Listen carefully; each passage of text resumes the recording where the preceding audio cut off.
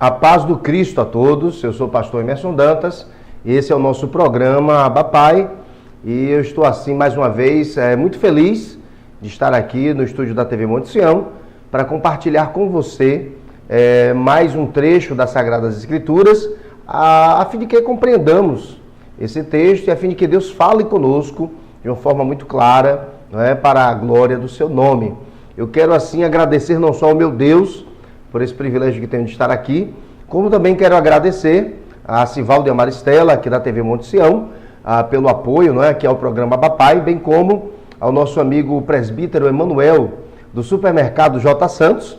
Também um abraço especial para o nosso amigo André Mendes, da Inova Propaganda. Não posso me esquecer também de Ailton, da Academia Boa Forma. Um abraço aí para o meu amigo Ailton, aqui da Academia Boa Forma. E também ao meu amigo Josué Nunes, tá? Aí, da Gráfica Clínica dos Livros. Um abraço aí para Josué Nunes também. Um abraço todo especial em nome de Jesus, ok? Queridos, eu quero assim compartilhar com vocês também os nossos contatos. O nosso número de telefone, 0 operadora 75 9151 6907 ou 0 operadora 75 8217 6157, ok? E o nosso e-mail er_dantas@hotmail.com. E o nosso Facebook, Emerson Dantas de Roberta, Emerson Dantas de Roberta. O Facebook da minha esposa é Roberta Mascarenhas. Para você que tem ouvido as nossas palestras, que depois quer assim conversar conosco, né, depois das palestras, pode conversar conosco virtualmente por meio aí da mídia social do Facebook, tá certo? Vai ser um prazer para nós interagir com vocês. Bem, amados, eu sou o pastor presidente da Igreja Batista Abba, aqui Brasil, Bahia, Feira de Santana, bairro do Jardim Cruzeiro, na rua Porto Seguro, número 445, mesma rua do Hospital Municipal da Criança, ok? E a mesma rua da Academia Boa Forma também. Então você é o meu convidado, vocês são os meus convidados para estarem conosco às quintas-feiras, 19h30 ou 7h30 da noite, no culto de doutrina, que tem sido uma bênção. Temos estudado as principais doutrinas da Bíblia e tem sido muito edificante. Também, aos domingos, às 10 da manhã, nós temos a nossa escola bíblica dominical. E também, domingos, às 18 horas ou 6 horas da noite, nós temos o nosso culto da família, que tem sido bastante esclarecedor, bastante abençoador para a glória de Deus, ok? Muito bem. Queridos, já estamos assim preparados para compartilhar com vocês mais uma porção da Palavra de Deus. Eu quero recomendar a você que dê um pulinho ali na Livraria Evangélica Proclamai e procure o pastor Antônio e a irmã Ieda para adquirir um dos nossos DVDs, ok? Você pode ali adquirir o DVD para você e para presentear também a outra pessoa. Muito bem, já estou preparado, eu creio que você também. Então apertemos os cintos, porque o programa Abba Pai está no ar. Nós estamos estudando o Sermão da Montanha. E em cada ocasião estamos aqui procurando compartilhar com vocês as verdades de cada um subtópico desse sermão maravilhoso. E o texto básico é o Evangelho segundo Mateus, ou Levi, capítulo 7, do versículo 15 ao versículo 20. Evangelho segundo Mateus, capítulo 7, do versículo 15 ao versículo 20. Abra a sua Bíblia também, tá? Para nós lermos aqui a palavra do Senhor. E a palavra do Senhor nos fala assim, me acompanhe. Os falsos profetas. Cuidado com os falsos profetas, disse Jesus aos seus 12 talmidim ou aos seus 12 discípulos. Eles chegam disfarçados de ovelhas, mas por dentro são lobos selvagens. Vocês os conhecerão pelo que eles fazem. Os espinheiros não dão uvas e os pés de urtiga não dão figos. Assim, toda árvore boa dá frutas boas, e a árvore que não presta dá frutas ruins. A árvore boa não pode dar frutas ruins, e a árvore que não presta não pode dar frutas boas. Toda árvore que não dá frutas boas é cortada e jogada no fogo. Portanto, vocês conhecerão os falsos profetas pelas coisas que eles fazem. Mais uma porção da palavra de Deus, uma palavra assim, até ácida de Jesus, né? Com relação aos falsos profetas. E nós buscaremos compreender melhor aquilo que o Senhor Jesus quis falar para os seus 12 discípulos há 2000 anos atrás e quer falar para nós nesta ocasião em que a sua palavra será novamente pregada. Amém? Muito bem. Então, nosso texto básico, Mateus 7, de 15 a 20. E o título da nossa mensagem hoje, os falsos profetas. O mesmo subtítulo aqui da minha Bíblia, que é a NTLH, ou Nova Tradução na Linguagem de hoje, tá bom? Muito bem. E eu quero assim ilustrar a mensagem de hoje lendo o Evangelho segundo João, capítulo 10, do versículo 11 ao versículo 13. Jesus também é dado por orador nessa passagem e ele nos fala o seguinte, me acompanhe. Eu sou o bom pastor, disse Jesus. O bom pastor dá sua vida pelas ovelhas. Mas o que é mercenário e não pastor, de quem não são as ovelhas, vendo vir o lobo, deixa as ovelhas e foge. E o lobo as arrebata e dispersa. Ora, o mercenário foge porque é mercenário e não se importa com as ovelhas. Muito bem, os falsos profetas é o título da mensagem e a nossa ilustração, João 10, de 11 a 13, onde Jesus ele fala que existem pastores, de fato, pastores, e existem pastores mercenários, né? E ele fala que a característica, ou uma das características principais do pastor mercenário é que ele não cuida de fato do rebanho, ele apenas se beneficia, não é? Aí de repente com a gordura das ovelhas, né? Com o pelo das ovelhas, mas no fim das contas não está disposto a dar a vida por elas, não é? E sempre as entrega aos lobos, não é? Aos lobos devoradores. E lobos aqui podemos entender assim, metaforicamente, como uma série de coisas, né? As entrega aos lobos das heresias, não é? E por aí vai, tá bom? Muito bem. Bem, mas antes de entrar no nosso texto propriamente dito, eu sempre faço aqui um resumo da importância, né, do Sermão da Montanha. E, como eu sempre tenho dito, na ocasião do Sermão da Montanha, na ocasião em que Jesus pregou o Sermão da Montanha, ele já havia completado seus 30 anos, né? Ele já havia iniciado seu ministério público, ele já havia sido batizado, ele já havia sido tentado no deserto, ele já havia começado a ensinar e a pregar, inclusive nas sinagogas, que ficaram pequenas por causa da quantidade de pessoas que queria ouvi-lo, e por isso ele começa a pregar também ao ar livre, e muitas pessoas ficavam estupefatas diante do que Jesus falava, porque as palavras de Jesus mexiam com elas e com o seu principal inimigo, que é o velho homem que está dentro de nós.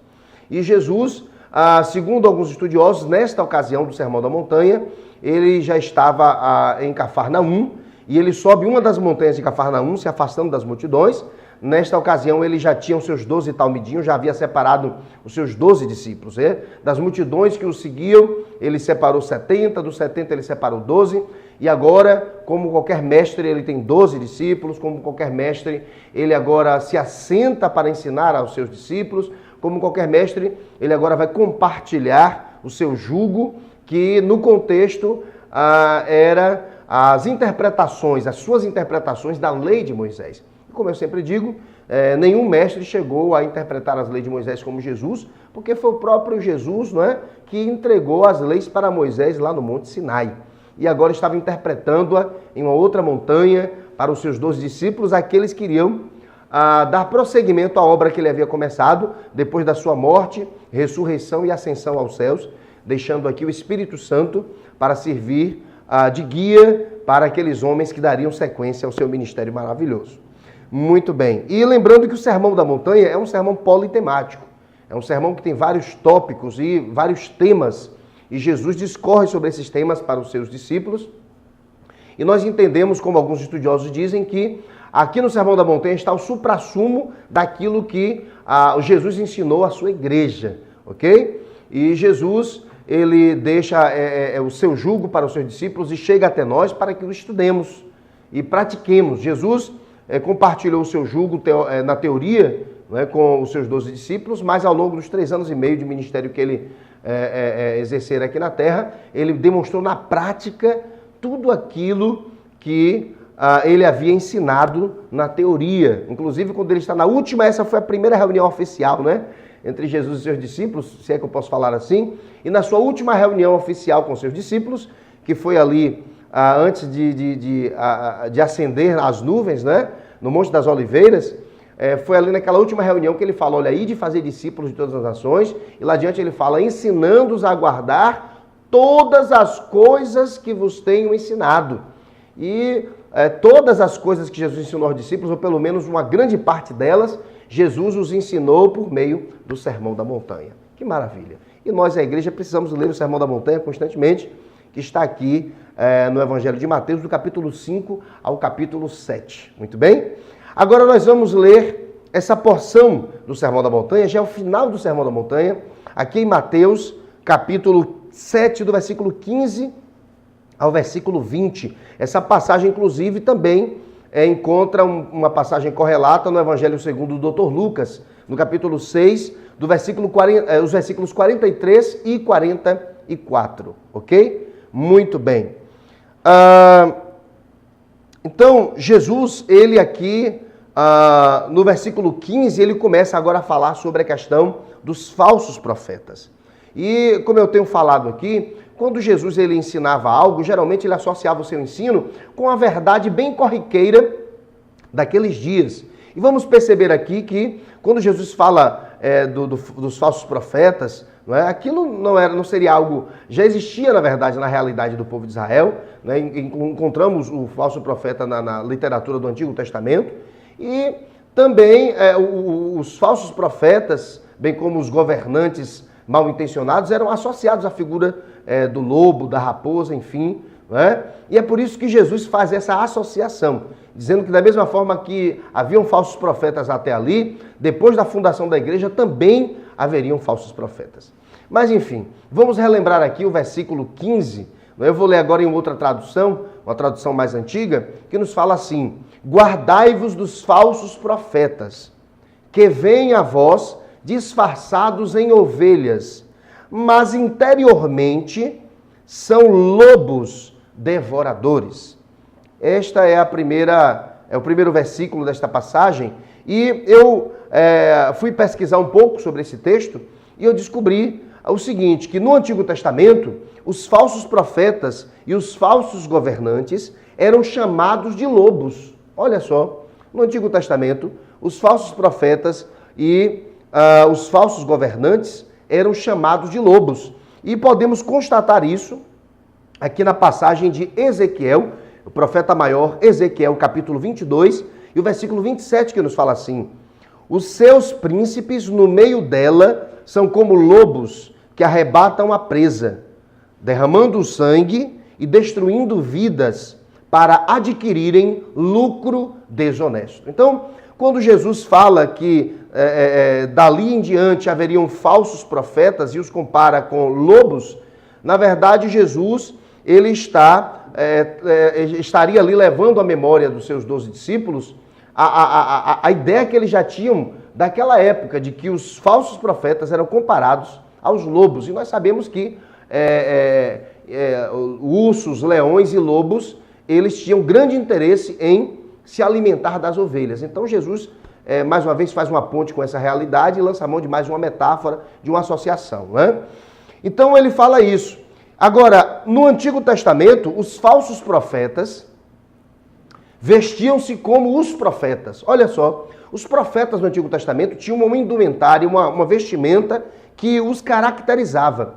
E, inclusive, alguns falsos profetas também se vestiam da mesma forma que os profetas. Que interessante, né? E assim nos diz aqui a palavra do Senhor, né? Os profetas usavam um manto de lã de ovelha que tinha chegado a ser uma espécie de uniforme dos profetas, pelo qual eram reconhecidos.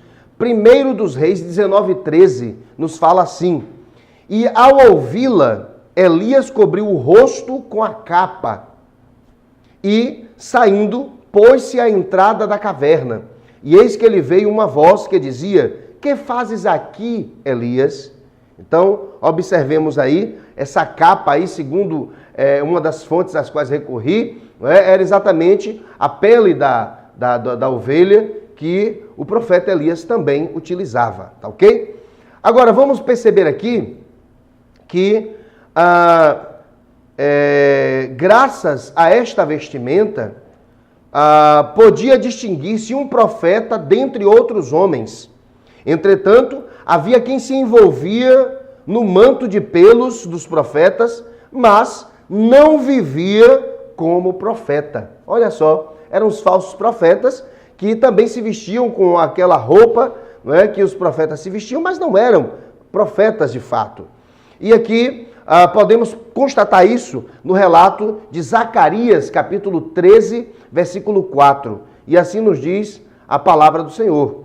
Naquele dia, os profetas se sentirão envergonhados, cada um da sua visão, quando profetizarem. Nem mais se vestirão de manto de pelos para enganarem. Olha só, não é?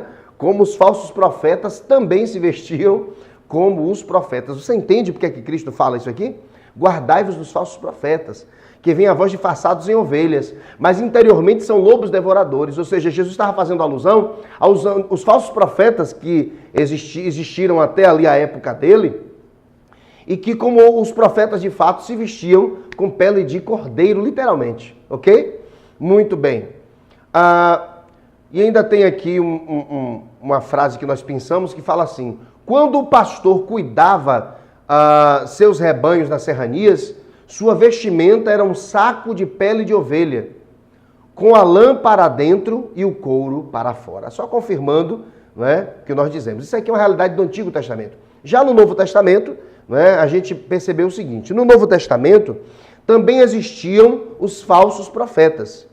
Havia quem se valia deste ofício para ganhar prestígio, para aproveitar-se da generosidade das igrejas locais e viver dessa maneira ociosos, comodamente e sem preocupações.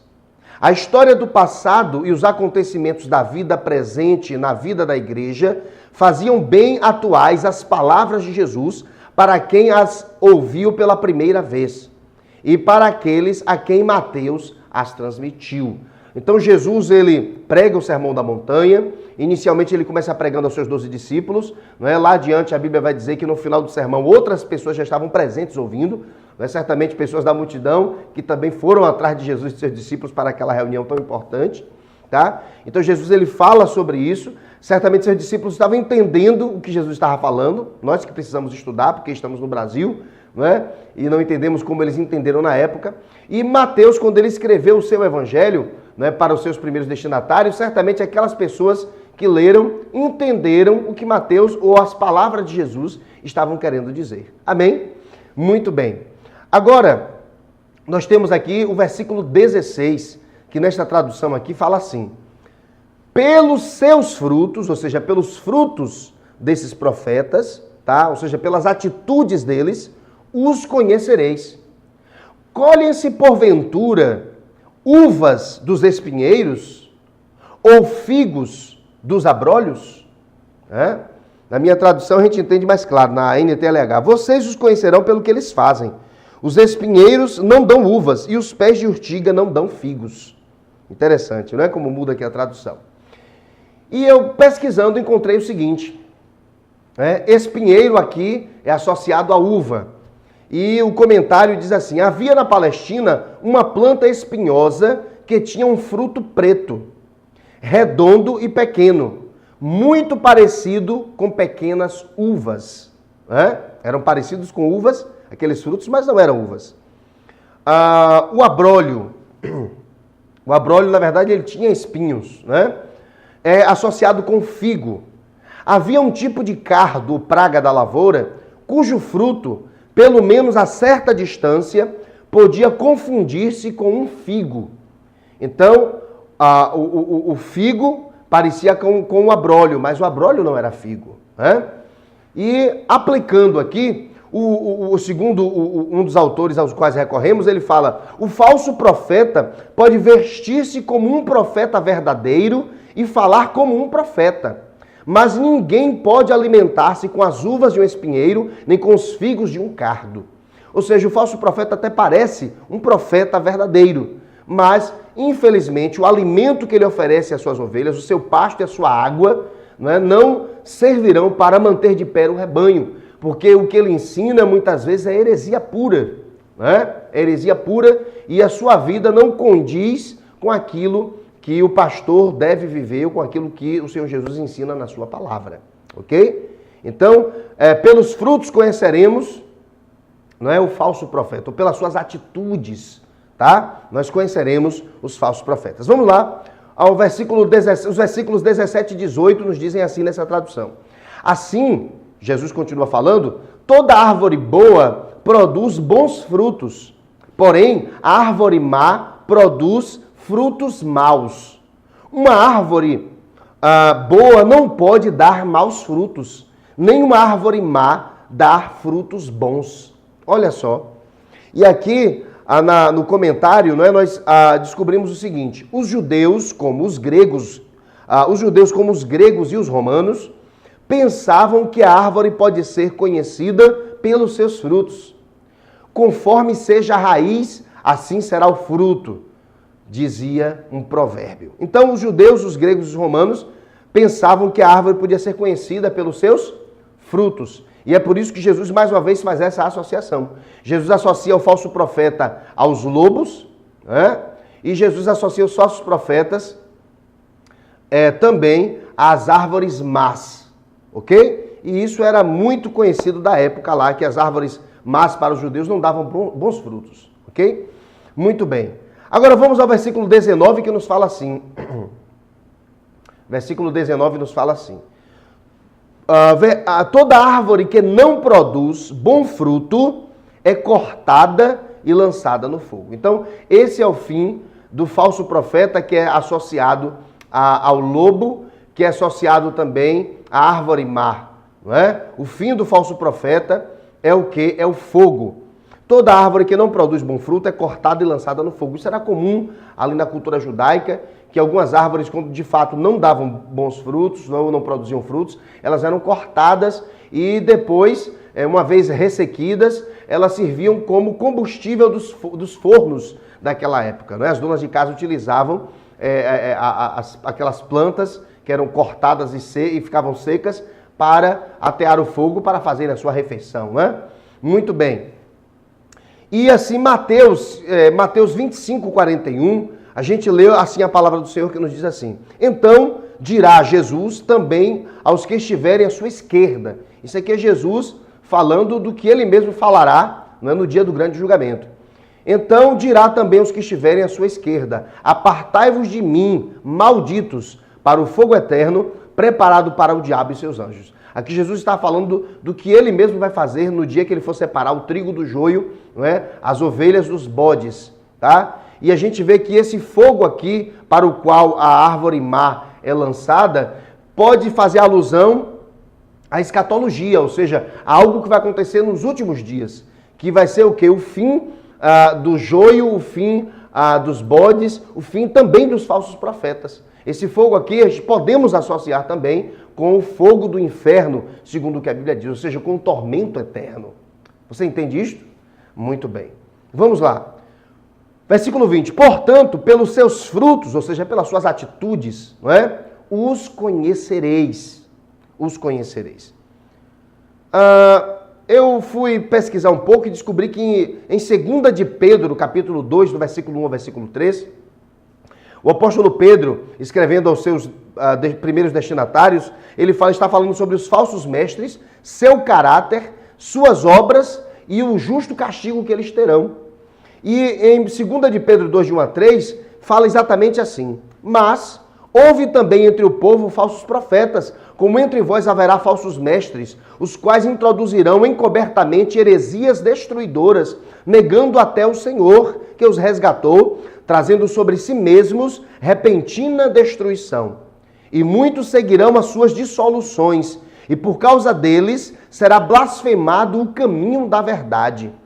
Também movidos pela ganância e com palavras fingidas, eles farão de vós negócio, a condenação dos quais já de largo tempo não tarda e a sua destruição não dormita. Que passagem claríssima, não é? Quando o apóstolo Paulo aqui, ele cita algumas características dos ministérios dos falsos profetas. E quais são elas aqui? Heresias, não é? Negação do Senhor Jesus, dissoluções, não é? Blasfêmia contra o caminho da verdade, ou seja, contra o evangelho, ganância, eles são gananciosos, né? Eles emitem palavras fingidas e farão negócio da igreja. Olha só, né? Alguns falsos profetas, eles pensam da seguinte forma, né? Pequenas igrejas, grandes negócios, né? Mas infelizmente o fim dessas pessoas será trágico. Pessoas maravilhosas. Mas pastor, pessoas maravilhosas sim, porque foi Deus quem as fez. E tudo que Deus faz é maravilhoso, né? Mas infelizmente essas pessoas, ou porque aprenderam um evangelho equivocado, estão reproduzindo, sem saber que estão reproduzindo uma heresia, sem saber que estão sendo cúmplices e coniventes, não é, de um falso profeta, ou então de fato fazem de má fé, não é, e usam a religião para poder ganhar dinheiro, para poder fazer vida. Muito bem. Agora, eu recorri também assim, a outras anotações, de mais uma das fontes às quais recorri, e o autor desse estudo que nós nos utilizamos, ele vai fazer assim, vai expor para nós algumas características dos falsos profetas, tá? Então, os falsos profetas que foram associados a lobos, a árvore má, a frutos maus, a ceifa e a fogo, não é? Então, ele dá algumas características aqui desses falsos profetas.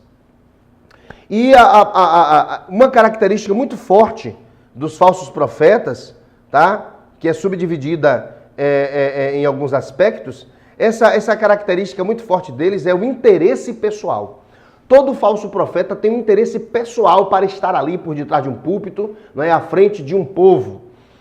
Interesse pessoal. O verdadeiro pastor se preocupa mais com o bem-estar do rebanho que com sua própria vida. Olha que coisa interessante, né? Então, o verdadeiro pastor se preocupa mais com o rebanho do que consigo mesmo. O pastor, inclusive, é a única pessoa que naquele dia não prestará contas de si mesmo apenas, mas prestará contas de si e do rebanho, não é? A letra A nos fala assim, é o subtópico desse interesse pessoal. Então, o interesse pessoal pode ensinar somente por ganho. O falso profeta, ele pode ensinar somente por ganho, né? Ninguém pode viver de nada. E muito dificilmente pode alguém fazer o seu melhor trabalho se estiver constantemente sob a pressão de dificuldades econômicas. Mas o grande privilégio do ensino do evangelho não é o pagamento que oferece, mas sim a emoção de abrir a mente de meninos, jovens, homens e mulheres amadurecidos à verdade de Deus. Que maravilha! O próprio Jesus, no seu ministério aqui de 3 anos e meio, né, ele vivia das ofertas. Judas era o tesoureiro, né, que inclusive enfiava a mão na bolsa para tirar aquilo que lhe convinha, né? Mas uma das características do falso profeta é o interesse pessoal e o interesse de ensinar somente por ganho, ok? Vamos lá. Letra B. Interesse pessoal. Ele pode ensinar somente pelo prestígio. Olha que coisa interessante. A pessoa pode ensinar não para ajudar a outros, mas para mostrar quão inteligente é. Que coisa terrível, né?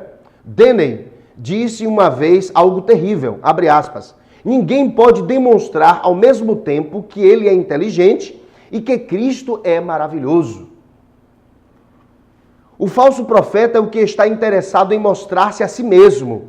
O autêntico profeta deseja a anulação de si mesmo. Veja aqui essa outra citação que eu peguei. Não sei se vou pronunciar bem, não é porque não falo inglês, não é? Mas enfim, aqui diz J.P. Struthers, creio que é isso, era um santo varão de Deus. Passou toda a sua vida a serviço da pequena igreja presbiteriana reformada, quando poderia ter ocupado os mais elevados púlpitos da Grã-Bretanha. Os que o conheciam o amavam, e quanto mais o conheciam, mais o amavam. 2 homens estavam falando dele. Um deles conhecia tudo o que Struthers fazia, mas não o havia conhecido pessoalmente. Recordando o santo ministério deste pastor, ele disse, terá um assento de primeira fila no reino dos céus. O outro homem, que tinha conhecido a Struders pessoalmente, o corrigiu. Abre aspas. Struders se sentiria muito incômodo em um primeiro assento, em qualquer lugar. Que maravilha, né? Nós, pastores, muitas vezes corremos o risco, né, de cair naquela tentação de acharmos que tudo aquilo que Deus faz através de nós vem dos nossos próprios recursos. E isso é uma grande mentira, não é? Deus, ele empresta a nós alguns atributos seus, a fim de que a sua igreja fique aparelhada, não é? E tem um versículo de João 3,30 que eu sempre gosto de lembrar. Importa que eu diminua e que ele apareça. Que maravilha, né? Glória a Deus. Mas vamos assim para a letra C, falando ainda de interesse pessoal. Letra C. O falso profeta pode ensinar somente para transmitir suas próprias ideias. Olha só. O falso profeta se empenha em difundir sua própria versão da verdade. O verdadeiro profeta é o que difunde a verdade de Deus. Amém, queridos? Muitos estão difundindo a verdade, ou seja, pegando o texto, não é, fora de contexto, sob o seu pretexto, está difundindo a verdade equivocada, muitas vezes por falta de preparo. Não é? Porque Deus chama, não é? Depois ele capacita e depois ele envia. E dentro desse capacitar, não é? Existe a necessidade de que o vocacionado se prepare para poder ensinar e pregar as boas novas, ok? E, infelizmente, algumas pessoas que estão aí ensinando e pregando a palavra não foram vocacionadas para isso. Outras até foram, mas não foram bem preparadas, não é? Ou não se prepararam. E isso aí, de fato, vai promover uma grande perda para a palavra de Deus, não é? Mas aquele que é chamado por Deus, ele vai ser preparado, deve estudar a palavra de Deus, para depois, ao ser enviado, pregar a palavra de Deus com responsabilidade, tá certo? E não assim subindo no púlpito e falando aquilo que ele acha que o texto quer dizer. Não, isso é um desrespeito para com a palavra do Senhor, não é? É desrespeito preparar ali um sermão no joelho antes de ascender ao púlpito, não é? Ou até mesmo preparar um sermão melhor, mas não procurar estudar o texto de forma adequada. Bem, então eu acabei de falar aqui algumas características dos falsos profetas, tá? Agora eu quero falar sobre os maus frutos dos falsos profetas. Na verdade, não sou eu. Isso aqui são recortes que fizemos de uma das fontes às quais recorremos. Não quero ficar com mérito para mim, porque isso aqui não partiu da minha mente, não é, mas da mente de um outro irmão em Cristo, né, de um outro estudioso, de um outro teólogo, de outro pastor, que traz para a gente ilustrações ou elucidações tão maravilhosas. E aqui, os maus frutos dos falsos profetas. Ponto 1. Promoção de uma espiritualidade que consiste exclusiva ou principalmente na observação de exterioridades. Ou seja, o cristianismo é uma atitude do coração com respeito a Deus e ao próximo. Queridos, aquelas religiões, enfim, não é, aquelas espiritualidades em que a pessoa se prende muito a exterioridades, isso não é aquilo que agrada a Deus. Não é? Você vê que o verdadeiro cristão ele não se prende a exterioridades, não se prende demasiadamente a formas. Algumas coisas sim, não é? Como a indumentária, deve ser uma indumentária, as roupas do cristão deve ser algo que não expõe o seu corpo, porque nosso corpo é templo do Espírito Santo. Mas enfim, isso são exceções. No demais, muitas vezes, muitas pessoas criam muitos artifícios, né, para poder cultuar a Deus, para se chegar até Deus. Mas nós sabemos que isso aí não é algo que foi proposto pelo Cristo, né? Então, o cristianismo é mais uma atitude do coração com respeito a Deus e ao próximo. Ponto 2 aqui nos fala assim, os maus frutos dos falsos profetas. Né? Eles promovem uma espiritualidade que consiste em proibições. Olha só. Toda religião fundada em uma série de imperativos negativos é uma religião falsa. Veja que Jesus ele resume todo o seu ensino em uma de suas máximas que fala assim, que façam o bem ao próximo que você gostaria que ele lhe fizesse. Essa é a base do cristianismo. Mas quando começamos a criar muitas regras e muitas regras proibitivas, o cristianismo volta a ser como uma religião farisaica, né? cheia de pêndulos, cheia de peso, e isso, infelizmente, impede que algumas pessoas elas cheguem até Deus. Terceiro ponto aqui, os falsos profetas, eles promovem uma espiritualidade que consiste em facilidades. Olha só, nem um extremo e nem outro, nem tanto, nem tão pouco, nem 8, nem 80, não é? Promover uma espiritualidade que consiste em facilidades. Qualquer ensino que parta o fio cortante da religião, qualquer ensino que elimine do cristianismo a cruz, qualquer ensino que elimine o tom de advertência e ameaça da voz de Jesus Cristo, qualquer ensino que relegue o juízo a um segundo plano e convide os homens a pensar no pecado com leviandade, é um falso ensino, disse o teólogo William Barclay. Que coisa interessante, não é, irmãos? Então, os falsos profetas, eles promovem a espiritualidade com facilidades. Pode tudo, não é? Pode tudo. Também não é assim. Não é verdade? Quando Cristo fala, tome a cruz e siga-me a mim, esse tomar a cruz significa renunciar a uma série de coisas. Tá certo? Vamos lá. Ponto 4. Os falsos profetas promovem uma espiritualidade que separe a religião da vida. Olha só. Qualquer ensino que separe o cristão da vida e da atividade no mundo é falso. Qualquer ensino dessa natureza é falso. Você entende isto? Porque, na verdade, queridos, os princípios divinos ensinados para o homem têm o objetivo de preservar e promover a vida humana. Mas até mesmo quando um princípio, em determinado momento, ele vai servir para o contrário, não é? Para não promover a vida humana, não é? E não para preservar a vida humana, automaticamente ele deve deixar de ser observado.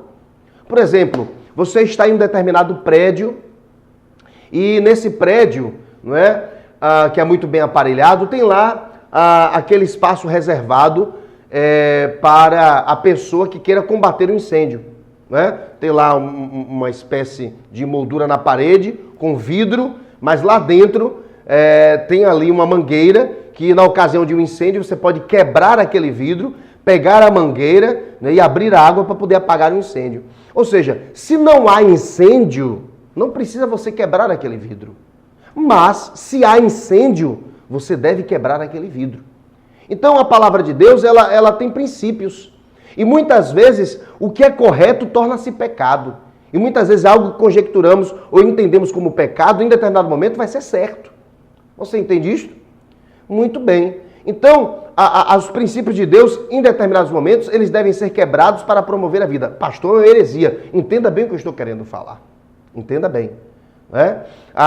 Jesus estava passando por uma plantação de milhos e seus discípulos pegaram milho para comer e os fariseus o censuravam. E Jesus falou, olha, o sábado foi feito por causa do homem e não o homem por causa do sábado. Então, os escribas, eles diziam como deveria ser a religião judaica. Eles diziam até o que era peso.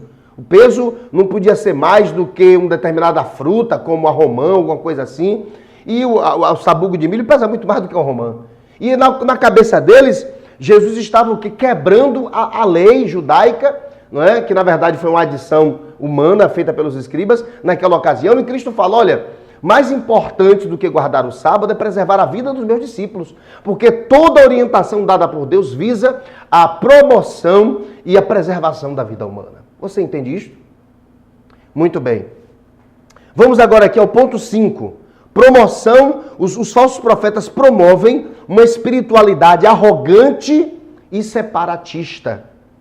A função da religião não é erigir muros de separação, mas sim derrubá-los. O ensino que sustenta o monopólio da graça ou a verdade por parte de uma igreja ou uma seita é um ensino falso, porque Cristo não veio dividir, mas unir aos homens. Que maravilha! Não é? E muitas vezes percebemos aí algumas denominações, algumas religiões, algumas seitas, enfim, onde existe um exclusivismo. Não é? Esse grupo se acha superior por ser detentor da verdade das Escrituras, acaba pregando que fora deles não há salvação e acabam também não se envolvendo com outras pessoas que também adoram o Cristo. Isso é exclusão, não é? E nós sabemos que a espiritualidade proposta por Jesus, ela não promove exclusão nesse sentido. Jesus ele é excludente quando ele diz, olha, fora de mim não há Deus. Aí Jesus está excluindo a possibilidade de qualquer pessoa achar que qualquer outra pessoa, coisa ou circunstância seja Deus. Mas Jesus ele promove uma espiritualidade de inclusão nesse aspecto. Não é? A pessoa que de fato tem Deus, ela não se arvora de ser detentora da verdade. Ela não privatiza Deus para si. Não é? E ela é quem administra a unção para aqueles que queiram fazer parte da sua seita, da sua denominação, da sua religião, enfim, essa pessoa, ela vai agir incluindo, sabendo dialogar com o diferente, mas ensinando a verdade com amor. Então, queridos, aqui são alguns dos exemplos dados por um desses estudiosos com relação aos maus frutos dos falsos profetas. Eu espero em Deus que, mais uma vez, esta mensagem tenha sido esclarecedora, que esta mensagem tenha sido edificante, que esta mensagem tenha lhe servido para abrir os olhos, abrir os seus olhos. Quem sou eu? Eu não sei nada, mas a palavra de Deus, ela é a detentora da verdade. E o meu objetivo aqui é tentar compreender o texto da melhor maneira possível. Não é? Ninguém prega de forma neutra. Sempre o nosso subjetivo está envolvido na nossa interpretação e na nossa forma de compartilhar a verdade. Mas o nosso desejo aqui, e nós temos procurado trabalhar com isso, é exatamente compartilhar os textos bíblicos de forma sóbria, racional, mas ao mesmo tempo também transcendental, não é? Espiritual, não é? Mística, porque a palavra tem a sua mística própria. E para que você entenda o texto sem extremos, sem extremismos, sem subtrações, sem adições, sem distorções, tá certo? Porque se lermos o Novo Testamento, sobretudo os Evangelhos, vamos ver que a espiritualidade proposta por Jesus era uma espiritualidade racional, sóbria, séria. Mas, infelizmente, por falta de conhecimento ou por má fé, nós temos visto aí espiritualidades destemperadas, não é? Que fogem daquilo que o Senhor Jesus propõe. Então, a espiritualidade proposta pelo Cristo, ela é primeiramente racional, mas depois transcendental, não é? Sobrenatural. Amém, amados? Glória a Deus. Eu costumo dizer que as verdades reveladas pelo Cristo, não é? Por Deus, na verdade, né? Pelo Deus Pai, pelo Deus Filho, pelo Deus Espírito Santo, foram preservadas por meio de uma literatura, que é o livro, um livro que é a Bíblia. Então, para você ter acesso aos ensinamentos do Senhor e ter acesso ao sobrenatural de Deus, isso pressupõe um exercício racional, que é a leitura, o exercício da leitura. Você entende? Então é importante saber ler a Bíblia com cuidado, interpretar o texto com cuidado e compartilhar isso com muito cuidado, a fim de que aprendamos exclusivamente aquilo que o Senhor Jesus quer nos ensinar, sem subtrações e sem adições, para a glória do seu nome. Amém, amados? Que maravilha, tá? Então, vamos assim estar encerrando agora, estamos encerrando o nosso estudo, mas eu vou assim encerrar lendo alguns versículos que falam dos falsos profetas. Mateus 10:16. Eis que vos envio como ovelhas ao meio de lobos. Portanto, sede prudentes como as serpentes e simples como as pombas. Marcos, capítulo 13 e versículo 22. E assim nos diz a palavra do Senhor. Porque hão de surgir falsos cristos e falsos profetas, e farão sinais e prodígios para enganar, se possível, até os escolhidos. Aí temos aqui agora o Dr. Lucas escrevendo aqui em Atos 20:29. Eu sei que depois da minha partida entrarão no meio de vós lobos cruéis que não pouparão o rebanho. Se eu não me engano é Paulo, né? Falando isso aqui. Segunda carta do apóstolo Paulo ao seu filho na fé, jovem pastor Timóteo. 2 Timóteo 3:5. Paulo está falando aqui sobre extrema corrupção nos últimos tempos. Versículo 5 diz: tendo aparência de piedade, mas negando-lhe o poder, afasta-te também desses. Paulo instruindo ao seu jovem pastor Timóteo. Primeira carta do apóstolo João, capítulo 4, de 1-6. O apóstolo João aqui falando aos seus primeiros destinatários sobre os falsos profetas e os verdadeiros crentes. E ele fala assim: amados, não creiais a todo espírito, mas provai se os espíritos vêm de Deus. Porque muitos falsos profetas têm saído pelo mundo. Nisto conheceis o Espírito de Deus. Todo espírito que confessa que Jesus Cristo veio em carne é de Deus. E todo espírito que não confessa a Jesus não é de Deus. Mas o espírito do anticristo, a respeito do qual tendes ouvido que havia de vir, e agora já está no mundo. Filhinhos, vós sois de Deus, e já os tendes vencido, porque maior é aquele que está em vós do que aquele que está no mundo. Eles são do mundo, por isso falam como quem é do mundo, e o mundo os ouve. Nós somos de Deus. Quem conhece a Deus nos ouve. Quem não é de Deus não nos ouve. Assim é que conhecemos o espírito da verdade e o espírito do erro. 2 de João, capítulo 1, do versículo 7 ao versículo 11. Falsos doutores, porque já muitos enganadores saíram pelo mundo, os quais não confessam que Jesus Cristo veio em carne. Tal é o enganador e o anticristo. Olhai por vós mesmos, para que não percais o fruto do nosso trabalho, antes recebais plena recompensa. Todo aquele que vai além do ensino de Cristo e não permanece nele, não tem a Deus. Quem permanece neste ensino, esse tem tanto ao Pai como ao Filho. Se alguém vem ter convosco e não traz este ensino, não o recebais em casa, nem tampouco o saudeis, porque quem o saúda participa de suas más obras. Agora, para encerrar, vamos perceber que os falsos profetas, eles serão desejados por alguns, não é? Assim como existem os falsos profetas, existem as falsas ovelhas. E olha só, eles serão desejados, 2 Timóteo 4:3, para encerrar. Porque virá tempo em que não suportarão a sã doutrina, mas, tendo grande desejo de ouvir coisas agradáveis, ajuntarão para si mestres segundo os seus próprios desejos. E aqui eu encerro esta palavra. Próximo estudo, quem entra no reino do céu?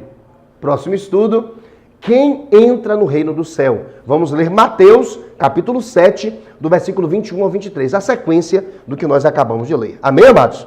Muito bem. E depois dessa mensagem de hoje, só ficam faltando aqui 2 mensagens. Essa próxima e a outra para encerrarmos esse estudo e entrarmos no próximo que já está preparado para a glória de Deus. Amém? Vamos orar?